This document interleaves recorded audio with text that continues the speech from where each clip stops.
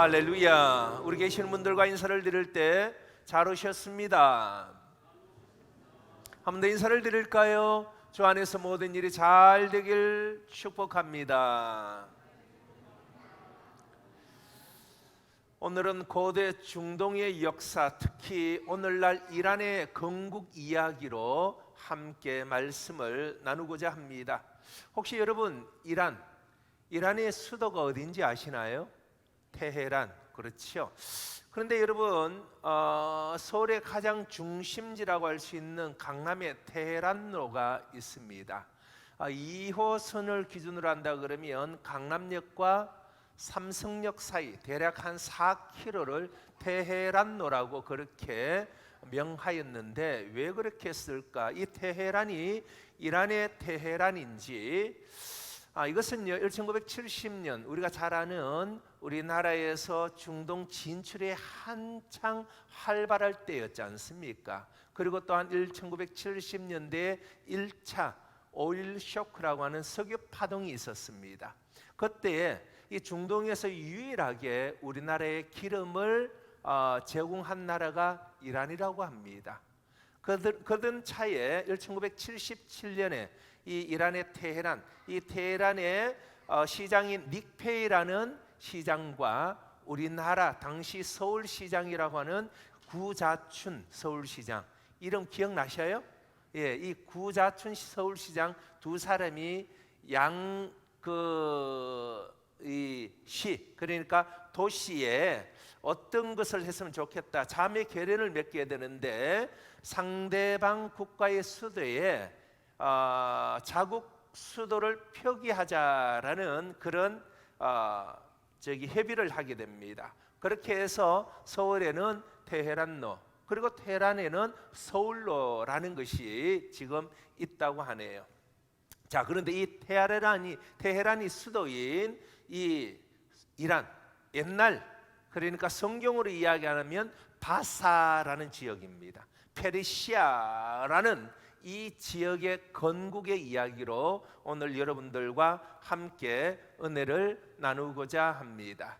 영상을 준비되어졌는데 한번 보실까요? 자, 이것은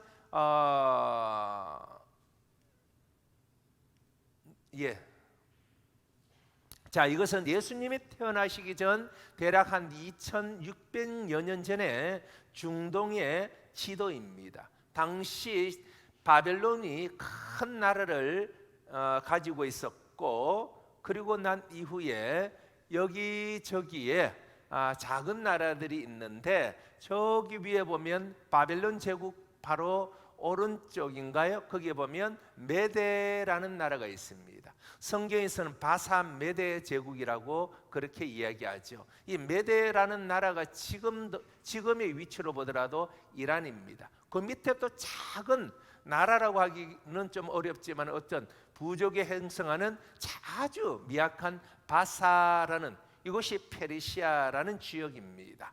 바벨론 제국이 큰 나라를 형성하였고 그 주변에 이와 같은 나라가 있는데, 이 메데의 이야기를 먼저 여러분들에게 말씀을 드리지요. 이 메데라는 나라의 마지막 왕이 누구냐면 아스티아게스라는 왕이 있습니다. 이 아스티아게스라는 왕에게는 다리우스라는 아들이 있었고, 그리고 또한 딸이 있었는데 만다네라는 딸이 있었습니다. 이 만다네가 한 15세쯤 되었을 때, 그러니까 이제 결혼을 앞두고 있는 그때에 이 아스티아게스가 꿈을 꾸게 됩니다. 꿈을 꾸는데 이 만다네가 오줌을 싸요. 딸이 오줌을 싸는데 그 오줌의 양이 그 전 제국을 다 뒤엎어 버립니다. 그래서 이게 어떤 꿈일까라고 해서 박사들을 모아서 물어보니 이 꿈 해몽가들이 뭐라고 이야기하느냐면, 만다네에서 나는 아이가 이 제국을 제패하게 될 것이다 라고 이야기합니다. 아무리 그래도 아스티아게스 입장에서는 아들이 있는데 딸의 아이라면 사이에게 권력이 넘어간다는 것이기 때문에 그것이 마음이 불편했어요. 어떡할까라고 해서 생각했는 것이 무엇이냐 하면, 이 만다네를 결혼을 시키는데 저 멀리 있는 바사라는 작은 고을에 캄비세스라는 그 관직에 있는 사람에게 시집을 보내버립니다. 그래서 그곳에서 이제 생활을 하는데 그만 임신을 하게 되지요. 임신하고 있는 차에도 이 아스테아게스 왕이 또 꿈을 꾸는데 이번에도 유사한 꿈을 꿉니다. 이 만다네를 통하여서 큰 포도줄기가 나서 제국을 다 덮어버리는, 그래서 보니까 이것은 뭔가 기륭이다, 나쁜 꿈이다 라고 생각하여서 어떻게 하느냐, 비록 자신의 손주에 해당하지만은 죽여야 되겠다. 그래서 하라파고스라는 총리에게 시켜서 아이가 태어나면 입을 틀어막고 죽여라 라고 그렇게 명을 합니다. 이 하라파고스는 산파를 데리고 가서 이 만다네가 이 아이를 낳을 때 아이를 다시 받아서 죽이려고 하는데 도저히 죽일 자신이 없어요. 만약에 잘못되어졌을 경우에는 혹시라도 이 만다네가 낳은 아이가 나중에 왕이 되어졌을 때, 또 다른 아이로 말면 왕이 되어지면 그 후환이 두려운 거예요. 그래서 살려두어야 되겠는데 어떻게 할까라고 하는데 마침 그때에 가까이 있는 고을에서 이 목동이 아이를 낳게 되는데 그만 아이가 태어나면서 죽어버렸습니다. 그래서 그 아이를 바꾸치기를 하는 거예요. 그래서 이 만다네의 아이를 그 목동이에게 주고 목동의 아이를 데리고 와서 왕에게 아이가 죽었다라고 그렇게 이 사건이 종료되어지는 듯하였습니다. 이 목동에게 키워졌던 이 만다네의 아이는 한 10살쯤 되었을 때에 얼마나 총명이 있는지 동네에서 많은 친구들과 전쟁놀이를 합니다. 왕과 신하의 놀이를 하는데 이 아이가 왕이 되었어요. 그래서 많은 친구들과 전쟁놀이를 하면서 무엇을 하느냐면 군령을 세웁니다. 군령. 그래서 이 군령에 만약에 위배되어지면 곤장도 때리기도 하고 작전도 세우는데 해필이면 그 곤장을 맞은 나이가 누구냐면 당시 그 나라의 국방부 장관의 아들 격에 있는 아이였습니다. 그러니까 메대의 국방부 장관 격의 아들이 이 곤장을 맞았는 거예요. 그러니까 이 아이가 집에 들어갈 때 쩔뚝쩔뚝하면서 들어가니까 아빠가 그 아이에게 묻겠죠. 너 무슨 일이냐라고 하니까 여차여차해서 누구에게 이렇게 맞았다라고 하니까 아니 그런 놈이 어디 있느냐고, 목동의 아들이 감히. 그런데 그 시간이 지나서 아스티아게스가 연회장을 베풀었는데 거기에 국방부 장관격인 이 아버지가 가서 그 이야기를 합니다. 이 목동의 아들놈이 우리 아이를 이렇게 며칠 전에 이렇게 군령으로서 이 곤장질을 했다고 하니까 이 아스티아게스가 들어보니까 아주 명랑하거든요. 어떻게 목동의 아이가 고위 관직의 아이를 군령을 세워서 그렇게 할 수 있느냐, 너무 신기해서 그러면 그 아이를 한번 불러오라 라고 했습니다. 그 아이가 딱 이제 이 아스티아게스 왕에게 딱 왔는 찰나에 아스티아게스가 금방 알아차립니다. 외탁이지요. 그러니까 자기의 손주지 않습니까? 뭘 보더라도 자기 어릴 적 모습하고 너무나 유사한 거예요. 그런데 너무 이상하지 않습니까?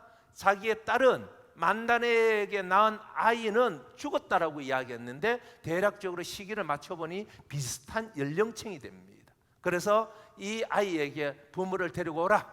부모가 갔습니다. 사시나무 떨듯이 떨고 있는 그 부모에게 네가 만약에 내 아이에게 거짓말을 하는 경우에는 너도 죽고 아이도 죽는다. 그러면서 자초지정을 묻으니까 과거에 10여 년 전에 고위 간직이 우리 집에 왔는데 우리가 죽은 아이와 바꾸치기 했습니다 라고 이야기합니다. 어떤 일이 났을까요? 모든 것이 다 들통났겠지요. 왕은 이제 아이가 다 자랐기 때문에 그래도 측은한 마음에 다시 외가 쪽으로 보내서 키우게 하고, 또 시간이 지난 이후에 왕이 연회를 베푸는데 그때에 많은 고위 간직들과 함께 거기에서 만난 고기를 준비하는데 이 조금 전에 말씀드렸던 하라파고스라는 총리를 옆에 앉혀서 맛있는 고기를 대접합니다. 극진히 대접하였습니다. 이 하라파고스가 잘 먹고 난 이후에 이제 왕이 묻습니다. 네가 어찌 나를 그렇게 배신할 수 있느냐? 라고 하니 먹던 것이 은칠만큼이겠지요. 그러면서 다시 그 음식을 장만한 요리사에게 그릇을 하나 가져오게끔 합니다. 그리고 난 뒤에 그 그릇을 열어보라고 하는데 이 하라파고스 그 열었을 때에 무엇이 나왔을까요? 바로 하라파고스의 아들이 목과 함께 손발이 잘린 상태에서 나와 있는 거예요. 그러니까 목과 손발 외에는 이 고기를 누가 먹었습니까? 방금 하라파고스가 먹었는 거예요.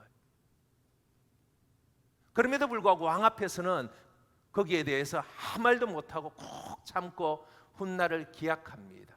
시간이 지나서 이 아이가 점점점 자라서 한 20대가 되어졌을 때 바사라는 그 지역에서 가장 영향력이 있는 그런 아이로 자라게 되지요. 그러니 메대에 있는 할아버지 입장에서는 이 바사의 작은 나라이지만 점점점 이 나라가 왕성하고 강성해지니 위협을 느껴서 하라파고스에게 다시 한번 명령합니다. 지난 과거에 나의 명을 어겼지만 그것을 회복할 수 있는 기회를 주겠노라. 군사를 동원하여서 저기 바사의 나라를 쳐들어가서 그 아이를 잡아오라 라고 그렇게 명을 하지요. 하라파고스가 많은 젊은 군사들을 모집하여서 이제 이 바사의 나라로 쳐들어가다가 그 목전에서 멈춰버리지요. 멈추면서 그 많은 군인들에게 뭐라고 이야기하느냐, 너희들에게 내가 부탁하고 또한 선택권을 주겠다. 나는 지금 바사를 쳐들어가는 것이 아니라 투항하러 간다. 너희들도 알다시피 우리의 왕이 얼마나 잔인한지는 너희들도 익히 아는 바, 여기서 투항하여서 바사로 우리가 같이 합류할 것이냐 아니면 메대로 너희들이 갈 것이냐는 결정하라 라고 하니까 그 많은 군인들이 이 바사로 다 합류하게 되지요. 그러니까 이 아이의 입장에서는 천군만마를 얻게 됩니다. 그래서 이 하라파고스와 함께 메대의 젊은 용사들과 그리고 바사의 용사들이 다시 진격하여서 이 메대로 쳐들어가서 그 할아버지의 정권을 무너뜨립니다. 물론 할아버지를 죽이지는 않지요. 그러고 난 뒤에 바사와 메대가 한 나라가 이루어지고 다시 이 바사 메대가 그 당시 최고의 강대국이라고 할 수 있는 바벨론으로 쳐들어갔지요.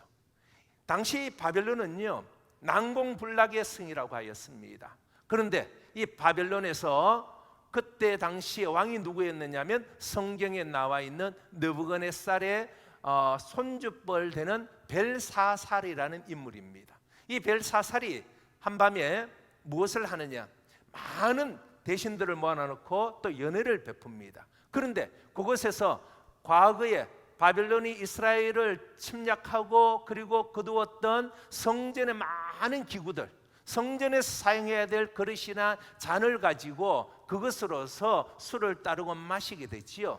그럴 때 성전의 그 왕궁의 벽에 큰 손이 나와서 무엇인가 적게 됩니다. 아무도 해석을 하지는 못하지요. 그럴 때 벨사산이 누구를 부릅니까? 당시의 총리였던 다니엘을 부르게 됩니다.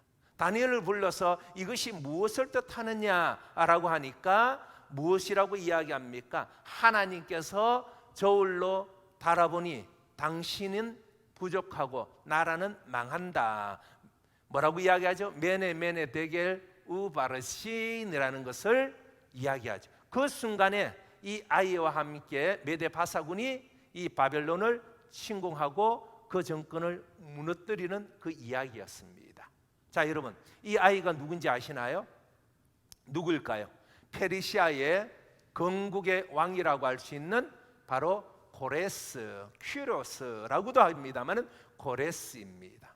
이 사람은 이란에서 가장 존경받는 인물이고 수년 전에 이 전 세계의 역사학자들이 모여 있는 그런 회의에서 인류 역사상 가장 위대한 인물이 누구인가라고 했을 때 거의 만장일치에 가까울 만큼 당시 인류 역사의 수많은 지도자들, 나폴레옹이라든지 알렉산드리아라든지 수많은 인물이 있음에도 불구하고 단연 1위로 선정된 인물이 고레스라는 인물입니다. 자, 여기까지. 그가 통치하였던 나라를 한번 보실까요? 그가 통치하였던 나라가 작은 바사에서 시작해서 메드를 함락하고 루디아를 함락하고 그 다음에 바벨론과 함께 애국까지의 땅을 전체를 다 제패한 그 인물이 바로 고레스라는 인물. 그런데 여러분, 성경에서 적어도 이 구약의 말씀 중에서 반 이상에 해당하는 바벨론 포로기 이후에 기록되어진 이 성경을 읽을 때 이 고레스를 알지 못하고는 성경이 제대로 해석할 수가 없을 만큼 이방인임에도 불구하고 이방 나라의 왕임에도 불구하고 아주 중요한 인물로 기록되어진 것이 바로 고레스이다라고 우리는 이해할 수가 있습니다. 조금 전에 제가 여러분들에게 바벨론을 함락시켰을 때의 이야기를 했습니다마는 여기에 대하여서 역사가들의 의견이 분분합니다. 왜냐하면 이 바벨론이라는 나라 자체가 얼마나 큰 나라였느냐, 우리가 상상을 초월하는 그런 나라였습니다.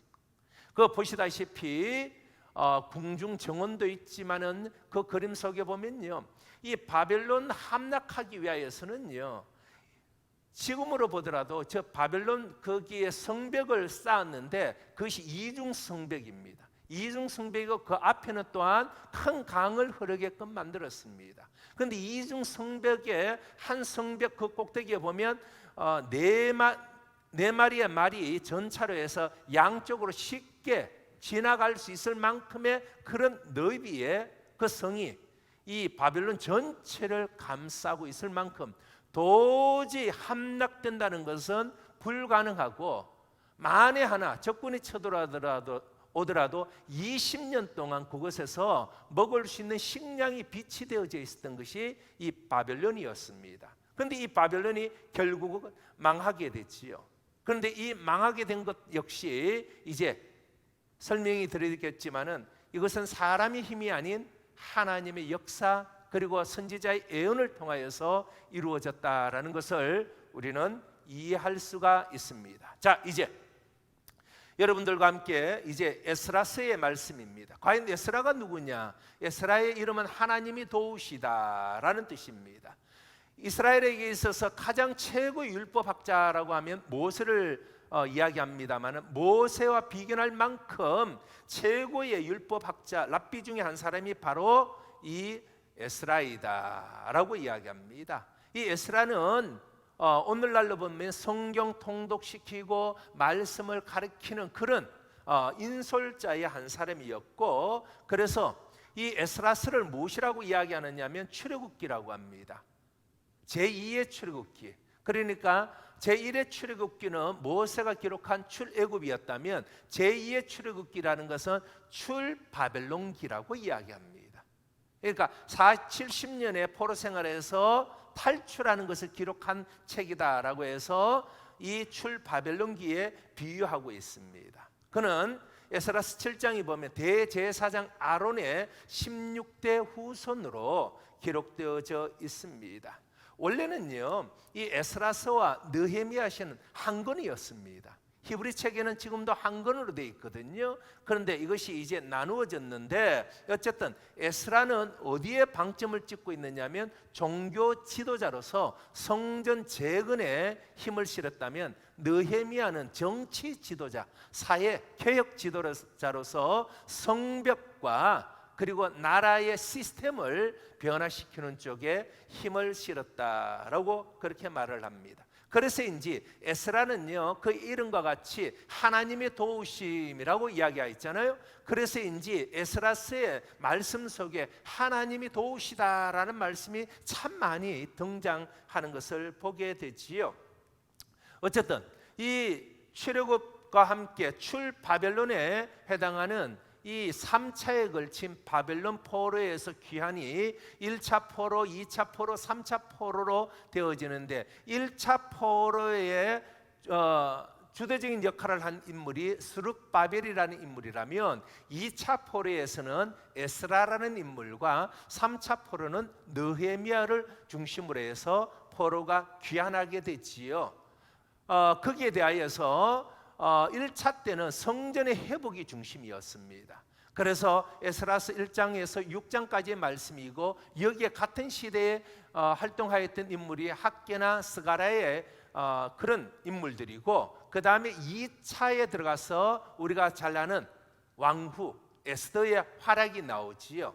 그리고 3차 때는 이제 말라기의 그 시기가 이 성경의 전체적인 내용의 뒷부분이다라고 이해할 수가 있을 것입니다. 자, 그러면 다시 한번 보도록 하십시다. 다시 고레스 이야기로 여러분들과 함께 나누겠습니다.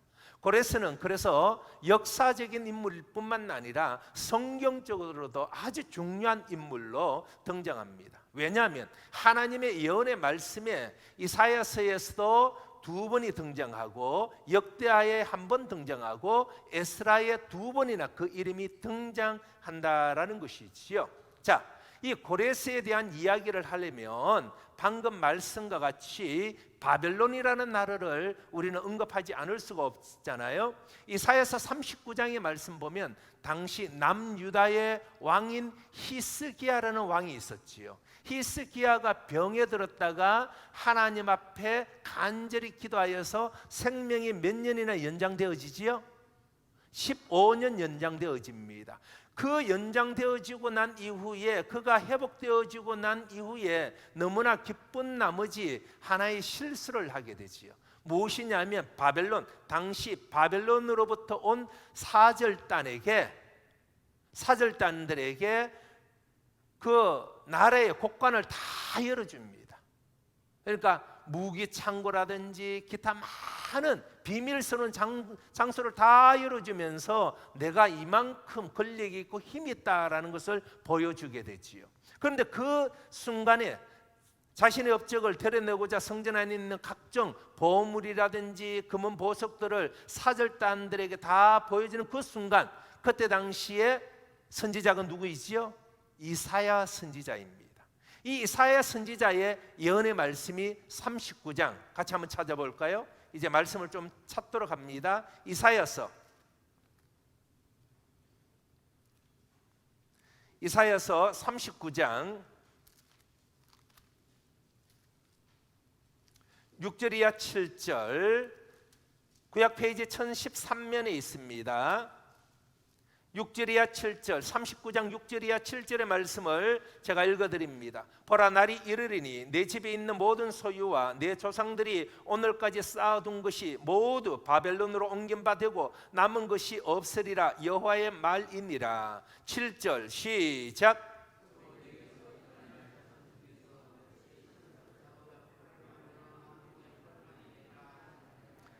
아멘. 자, 이 예언의 말씀이 100년이 못 되어서 실행되어지지요. 바로 그때 바벨론으로 이제 끌려간 인물들 중에 누가 있느냐? 1차 포로기에 끌려간 인물이 바로 우리가 너무나 잘 아는 다니엘과 세 친구가 끌려가게 됩니다. 이 다니엘은 그 당시 바벨론 왕의 이 느부갓네살의 이 꿈을 잘 해몽하여서 결국은 어느 위치까지 올라가게 되지요? 총리까지 올라가게 됩니다. 그리고 이 느부갓네살이 죽고 난 이후에 왕위를 계승한 인물이 누구이냐? 바로 벨사살이라는 인물이 등장하지요. 조금 전 설명과 같이 이 벨사살이 이 궁정에서 많은 귀족들과 함께 큰 잔치를 벌이면서 술을 마십니다. 그리고 과거 이스라엘에게서 탈취한, 그러니까 성전에서 성물인 이 금으로 은으로 만들어진 기구에 그것을 가지고 후궁들과 함께 술을 따라 마시게 되지요.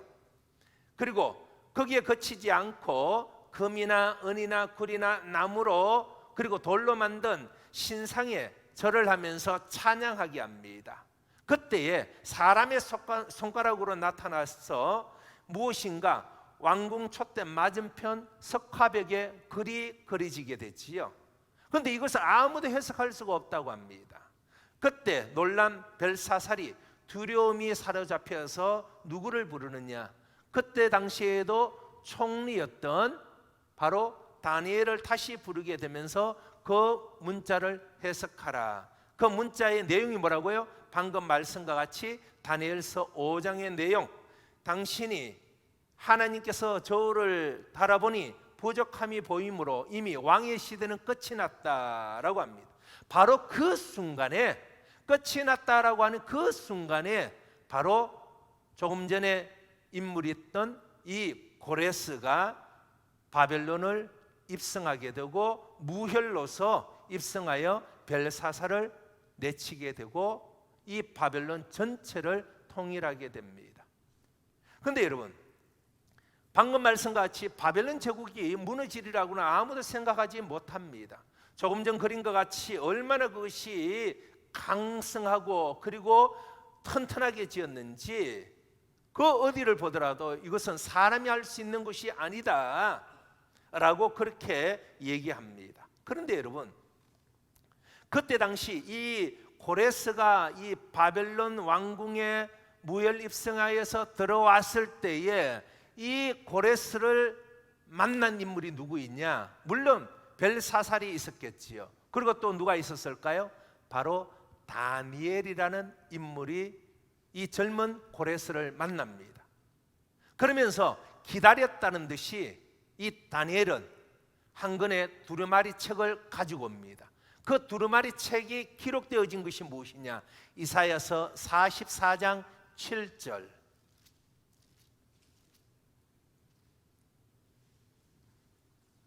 여러분 같이 우리 함께 읽어 보도록 하십시다. 이사야서 44장 45장부터 먼저 읽도록 할까요? 45장 1절 같이 한번 읽어보겠습니다. 같이 읽습니다. 시작. 여호와께서 그의 기름 부음을 받은 고레스에게 이같이 말씀하시되. 여기까지 잠깐만요. 여기까지 하십시다. 여호와께서 그의 기름 부음 받은 누구에게? 고레스에게. 다시 한번 44장 27절로 들어갑니다. 제가 읽습니다. 기품에 대하여는 이르기를 말하라 내가 내 강물들을 마르게 하리라 하며. 28절 시작.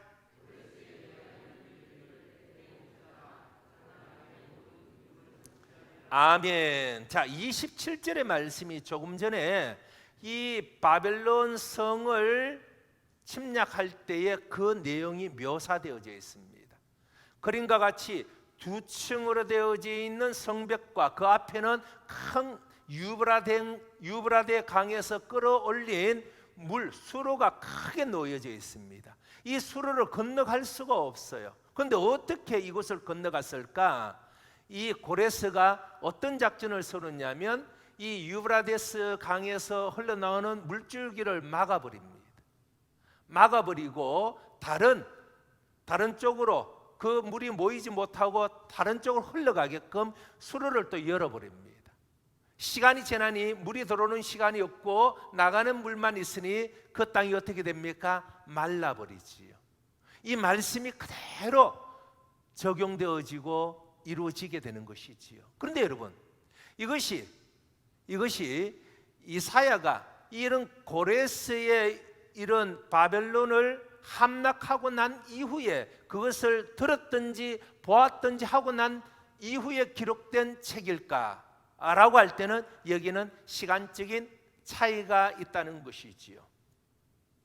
고레스가 이런 바벨론을 정복하기 무려 150년 전에 기록되어진 말씀이 이사야서입니다.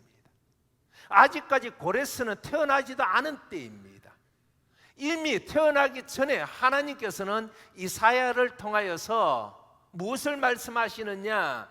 이 남유다가 북이스라엘이 바벨론에 멸망할 것을 예언하셨고 70년 포로 생활 이후에 누구를 통하여? 고레스라는 인물을 통하여서 다시 포로에서 해방할 것이다 라는 것을 아주 구체적으로 말씀하고 있는 내용이라는 거예요. 자, 여러분 상상력을 한번 동원해 보십시다. 이 고레스가 이 바벨론의 왕궁에 들어왔습니다. 무혈 입성을 했지요. 사시나무 뜰듯 떨고 있는 벨사살과 함께 80이 넘은 총리 다니엘이 덤덤히 기다리면서 무엇인가 두루마리 하나를 가지고 이 고레스에 건넙니다. 이 고레스가 그 내용을 보았을 때 자신의 이름이 기록되어져 있다는 거예요. 먼 훗날 어느 나라의 어떤 왕이라고 이야기하지 않고 그의 이름이 아주 명확하게 고레스라는 이름이 기록되어져 있는, 그것도 150년 전에 기록되어져 있는 그 이름이 고레스에게 보여졌을 때 고레스는 어떤 느낌이었을까요? 바로 유대인들이 믿고 있는, 이 포로 생활을 하고 있지만 이 유대인들이 믿고 있는 신이 바로 참신이다라는 것을 깨닫게 되지요. 그리고 난 이후에 그는 무엇을 하느냐? 그 말씀 그대로 이행하게 되고, 그래서 그가 왕이 되어졌을 때, 전 나라를 통치하고 있을 때 조서를 내려서 이스라엘 사람들을 돌아갈 자는 돌아가게 하고, 그러나 남아있을 자는, 바벨론에 남아있을 자에게도 자유를 주면서 돌아가는 자들에게는 그냥 돌아가지 아니하고 성전을 재건할 수 있는 수많은 기물들을 함께 보내게 됐지요. 그 내용이 오늘 에스라서 1장에 기록되어져 있습니다. 다시 한번 이제 에스라서로 넘어갑니다. 같이 한번 읽어볼까요? 에스라 1장 같이 읽습니다. 시작. 바사왕 고레스 원년에 여호와께서 예레미야의 입을 통하여 하신 말씀을 이루게 하시려고 바사왕 고레스의 마음을 감동시키시매,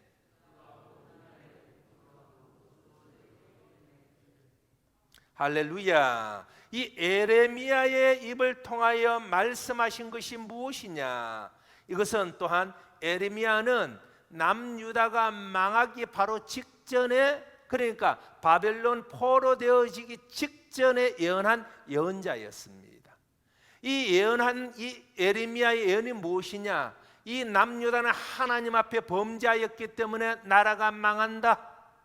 이제 나라가 망하는 것을 기정사실화하고 그 다음에 포로 생활을 하되, 그러나 그곳에서 우리의 신앙을 다시 한번 고치시키고, 그러면 하나님께서 70년이 지나면 나라를 회복시켜 주실 것이다 라는 말씀을 에레미야서에 기록하고 있습니다. 그 말씀을 가지고 이 에스라가 이제 70년이 지난 즈음에 이 에레미야의 말씀을 가지고 바사왕에게 이야기하는 거죠. 바사왕이 그것을 통하여서 또한, 그리고 조금 전에 이 바벨론을 침공하였을 때 바벨론의 마지막 총리이자 그리고 바사왕의 초대 총리, 그런 거 보면 이 다니엘은요, 그 유대인이었지만은 포로로 끌려갔지만은 이방의 나라 바벨론에서도 왕을 3사람 모셨고, 그 다음 또 이 바사라는 페르시아에서도 초대 총리로 그는 역임을 합니다. 이 고레스가 이 바벨론에 들어갔을 때의 노인, 이 다니엘을 통하여 들었던 소름 끼치는 그 이야기, 이사야서에 자신의 이름이 기록되어졌다는 그 이야기와 에레미야서에서도 이 민족은 70년 이후에 다시 회복되어질 것이라는 그 이야기, 그것을 통하여서 무엇을 하게 됩니까? 말씀해 보니 바사왕 고레스의 마음을 감동시키시며, 누가? 하나님께서 감동시키셔서 그가 온 날에 공포도 하고 조소도 내리는데, 그 내용이 2절과 3절 4절 결론이 무엇이냐? 이스라엘 백성들이 다시 자유의 품으로 돌아가고 그곳에서 성전 건축할 수 있도록 모든 것을 제공하겠노라. 자, 여기까지. 자, 여러분, 그런데 이것이 그냥 성경으로만 우리가 이해를 한다 그러면 누군가가 지어낸 이야기가 아닐까라고 우리는 이해할 수가 있지 않을까요? 그런데 여러분, 이 바벨론이라는 이 제국이 역사 속에 있었다라는 것은 알았지만은 그것이 흔적으로 남아있지는 않았습니다. 그러다가 1890년대에 독일의 고고학자를 통하여서 15년 동안 바벨론을, 그 이란을 유적지를 발굴해 보니까 바벨론의 역사 그대로 나와 있는 거예요. 그리고 이 고레스, 페르시아의 초대 왕이었던 이 고레스의 업적에 관련된 내용들이, 넘겨주실래요? 마지막, 고레스의 신린드라고 그렇게 표현을 하는데, 방금 성경에 기록되어졌던 이런 내용들이 과연 사실이냐 아니냐가 역사적으로 밝혀지게 됩니다. 거기에 보면 이 고레스의 원통에 기록되어진 글자의 내용을 보니, 나 고레스는 세상의 왕이며 성소들과 그 안에 있는 신상들을 티그리스 강 저편의 신성한 도성으로 귀환시켰으며 그들을 위하여 영구적인 성소들을 지어 주었다라고 합니다. 이제 결론을 내도록 하십시다. 오늘 저는 여러분들에게 긴 이야기로서 성경의 말씀을 풀었습니다. 그러면서 이 말씀을 가지고 제목을 역사는 그분의 이야기입니다 라는 제목을 붙였습니다. 영어로 역사라는 것은 history라고 하지요. 이 history라는 것은 his story, 그의 이야기라는 그런 표현이 있습니다. 저는 여러분들에게 무엇을 말씀드리고자 하느냐, 여러분, 역사를 주관하시는 분이 누구이냐? 오늘날 우리가 살아가고 있지만은 오늘 이 시대에도 개인의 역사나 아니면 교회의 역사나 아니면 사회 인류의 역사를 이끌어 가시는 분은 누구이냐? 하나님이심을 믿으시길 축복합니다. 우리들의 생각에는 우리들 인간들에 의하여서 이 모든 세상들이 지금 돌아가는 것들 같습니다만, 그 뒤에는 역사를 주관하시고 행하시는 분이 계십니다. 그분이 하나님이십니다. 그래서 우리는 그분을 의지하고 기도하는 것이지요. 사랑하는 믿음의 문성인 여러분, 이제 한 주간이 우리에게 주어질 것입니다. 이번 한 주간 여러분들의 삶의 현장 역사를 주관하시고 미래의 일을 계획하신 하나님께서 여러분들의 삶을 주관, 계획, 섭리 이끌어 주시리라 확신합니다. 그분이 계시기에 그래서 우리는 염려하지 않습니다.